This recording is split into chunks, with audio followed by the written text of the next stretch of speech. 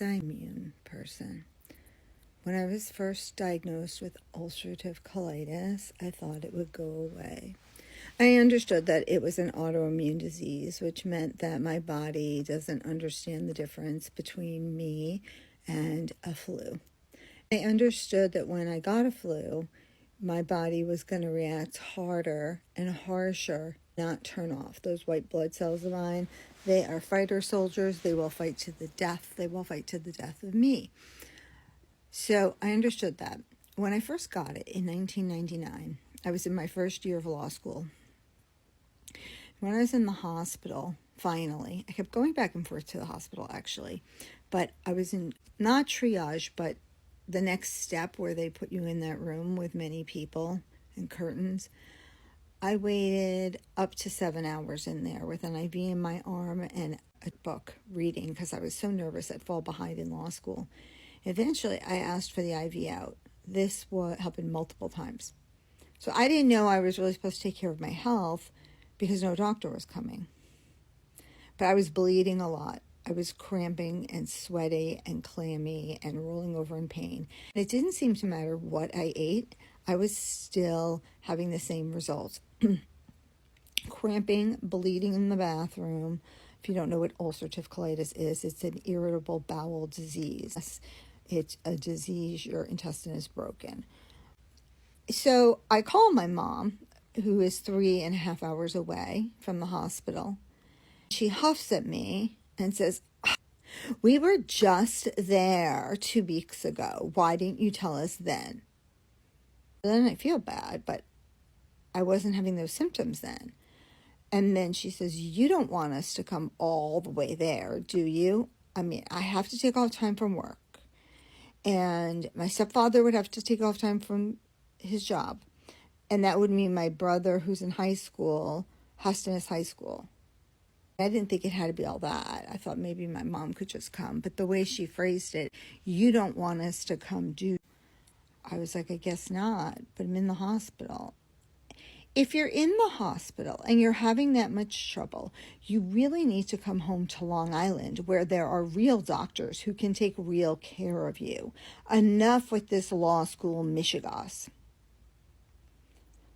So that didn't help. That just made my stomach hurt more.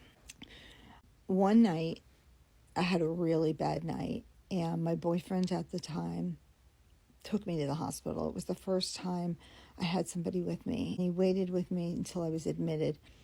I don't remember being admitted. I must have passed out because I needed a blood transfusion I guess they took me to figure out what was wrong with me. It was diagnosed as colitis on the spot. Now, back then, there wasn't Remicade and methotrexate. I think there was methotrexate, but there wasn't Remicade. I was given a medicine that barely worked and smelled like rotten eggs, steroids, which made me rage, cry, or panic. Great. I wish I knew that chronic illness means forever. And I wish I knew that forever was really long.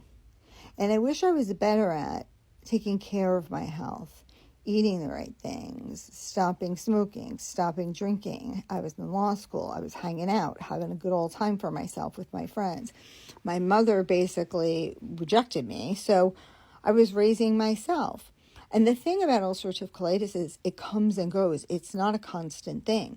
So you can be cramping, sweating, praying to the Lord not to let you die or to die sometimes. And then the next minute, whew, I'm ready to go play a game of tennis. I'm ready to go out with you guys.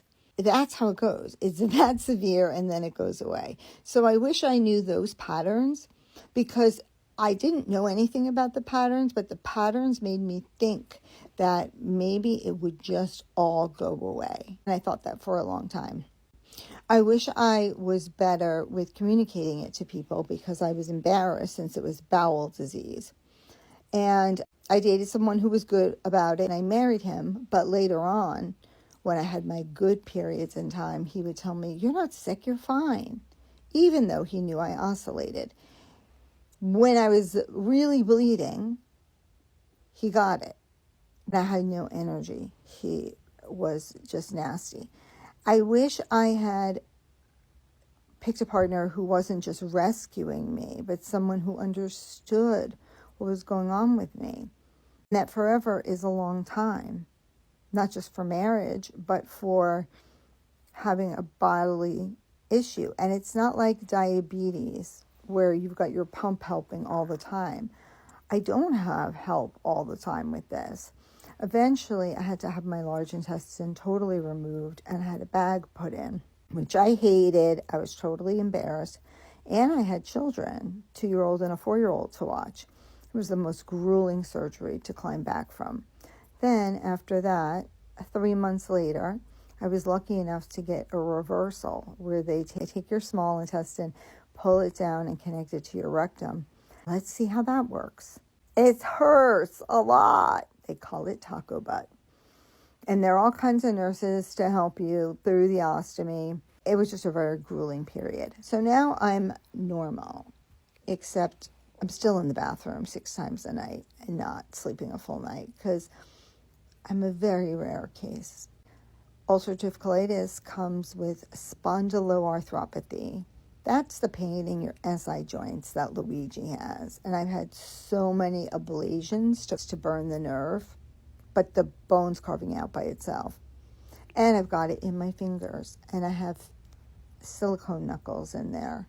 So I'm managing my life. I'm managing my disease.